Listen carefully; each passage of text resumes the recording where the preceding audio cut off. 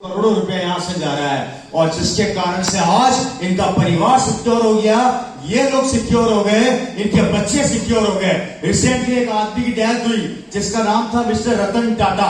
जानते हैं आप रतन टाटा जी को? आप में से सब लोग उनको पहचानते हैं? क्या रतन टाटा जी के इस दुनिया में जाने के बाद क्या टाटा के ट्रक बनना बंद हो गए? टाटा की गाड़ियां बनना बंद हो गई? टाटा का नमक बिकना बंद हो गया? लैंड रोवर बिकना बंद हो गई? हेलो, जैगुआर बिकना बंद हो गई? नहीं हुई ना, बिक रहा है ना सब कुछ। जबकि रतन टाटा इस दुनिया में नहीं है, उसके बाद भी उनका माल बिक रहा है और उसके बाद भी उनकी दुकान चल रही है। बिकॉज ऑफ उन्होंने और उनके दादा परदादाओं ने 90 साल पहले नेटवर्क को बिल्ड कर लिया था। ठीक है सर, क्या हम ये काम करते हैं? आदमी नहीं है, काम चल रहा है। अब समझना, मैं पिक्चर को थोड़ा सा मोड़ कर रहा हूं, हल्का सा मोड़ कर रहा हूं, समझना, बहुत महत्वपूर्ण चीज समझा रहा हूं। रतन टाटा इस दुनिया से चले गए, उनके नेटवर्क की वजह से परिवार बच गया, नेटवर्क की वजह से उनका बिजनेस भी बच गया। अब मैं थोड़ी सी पिक्चर बदल रहा हूं। अगर रतन टाटा की जगह पे आप और मैं इस दुनिया से चले गए, तो अब मुझे इतना सा बताओ कि हमारे परिवार को कौन संभालेगा? कोई नहीं, खत्म, तेल। अब क्या होगा?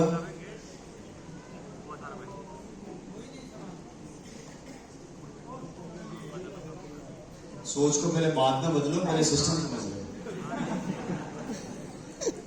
पहले ये बातें समझ लो, सोच ऑटोमेटिक बदल जाएगी। सोच कोई दवाई थोड़ी सी मैं घोट के पिला दूंगा, मैं सिर्फ आपको हकीकत बता सकता हूं दुनिया की, समय की।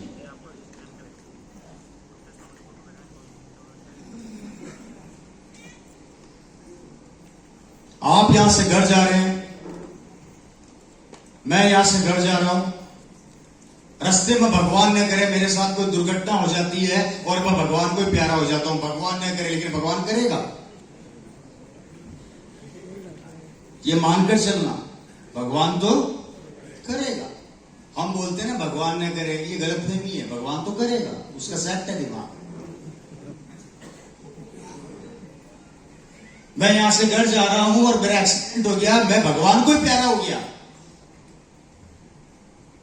अब मुझे बताओ, अगर मेरा नेटवर्क नहीं है तो उसके बाद मेरे बीवी, मेरे बच्चे या मेरा परिवार में मेरे माँ बाप, बहन, मेरी बेटी, उसका क्या होगा? और अगर भगवान करे, बुरा मत मानना, यह दुर्घटना आप के साथ हो जाती है तो मुझे इतना समझा दो, उसके बाद आपके परिवार को कौन संभालेगा? इस कलयुग के दौर में भाई भाई को पसंद नहीं करता, बेटा बाप को पसंद नहीं करता, सास बहू को पसंद नहीं करती, बहू जेठानी को पसंद नहीं करती और जेठानी देवरानी को पसंद नहीं करती। तो मुझे इतना समझा दो, उस समय के बाद आपके बच्चों को और आपके परिवार को कौन संभालेगा? बताइए।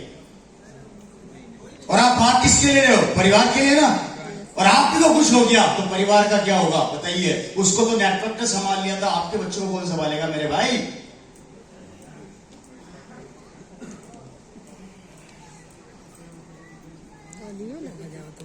इतना अच्छा चलाते हैं।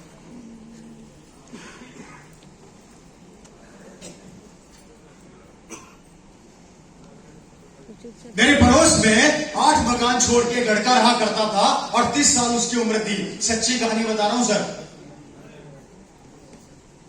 38 साल का वो लड़का जैनपैक कॉल सेंटर के अंदर 2.5 लाख रुपया महीना सैलरी उठाता था। कितनी सर? कमांड था उसको, 2.5 लाख कमाता हूं। उसकी बीवी शानदार जिंदगी जीती थी, खुद का आलीशान मकान जयपुर में, बच्चे जयपुर के सबसे महंगे स्कूल में पढ़ाई करती है। समझना, उस आदमी को घमंड, शानदार गाड़ियां मेंटेन करता था, साथ 2 कारें। अब जिसकी 2.5 लाख सैलरी होगी, थोड़ा घमंड तो आएगा ना मेरे भाई? हेलो, बड़ा एटीट्यूड में चलता था पूरी कॉलोनी के अंदर। 2.5 लाख रुपया कमाता हूं, मैंने कहा गुड, अच्छी बात है, कमाओ। एक बार रात को भाई साहब सोए, सुबह उठे ही नहीं। नाइट में साइलेंट अटैक आया भाई साहब को, नींद में सिंगल अटैक। भगवान तो प्यारे, और आजकल ये केस बहुत हो रहे हैं, सिंगल अटैक में पत्ता साफ। हेलो, वो आदमी दुनिया से चला गया, आज 8 महीने हो गए। अब मेरे को इतना समझा दो जिस कंपनी में वो नौकरी करता था, क्या वो कंपनी हर महीने उसके घर में सैलरी भेज देगी क्या? अब मुझे इतना समझा दो कि आप जहां पे भी नौकरी कर रहे हो, आपके जाने के बाद आपके बच्चों को संभाल लेगी क्या? नहीं संभालेगी। सैलरी उसके घर में आना बंद हो गई। कंडीशन 8 महीने में ये हो गई कि ईएमआई जाना बंद हो गई, और घर की लोन नहीं चूकने की वजह से कारें बिक गई, मकान बिकने की कंडीशन पे है, मकान बिकने की कंडीशन पर आ चुका है। और आपको दौले से बता देता हूं, उस परिवार की ये हालत हो चुकी है, बेटी महंगे स्कूल से सीधा सरकारी स्कूल में आ गई। किसमें आ गई? सरकारी स्कूल में आ गई। और सरकारी स्कूल में आने के बाद वो जो उसकी वाइफ थी, जो घमंड किया करती थी, आज जयपुर के अंदर ब्लाउज सिल रही लेडीज हो गई। एक आदमी के जाने से मात्र 8 महीने में पूरा परिवार तहस नहस हो गया। 2.5 लाख रुपए की सैलरी एक झटके में जीरो हो गई। आप लोग भी पैसा कमा रहे हो अपने परिवार और अपने बच्चों के लिए, और भगवान न करे ये हादसा आपके साथ हो जाए तो क्या करोगे? आप में से कोई है जो मुझे ये गारंटी दे सकता है कि मैं 150 साल जीऊंगा?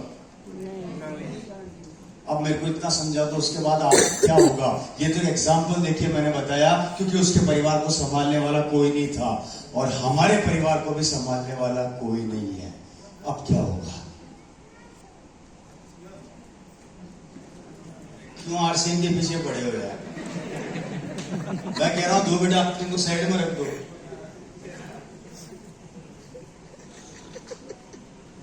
मुझे नहीं पता कि आपको इस आरसीएम के बारे में क्या पता है, लेकिन जो बातें मैं बता रहा हूं उन सब का इलाज इस आरसीएम ने कर दिया, ये मुझे पता है। आप इसको किस नजरिए से देखते हैं मुझे नहीं पता, लेकिन मेरा नजरिया इतना खतरनाक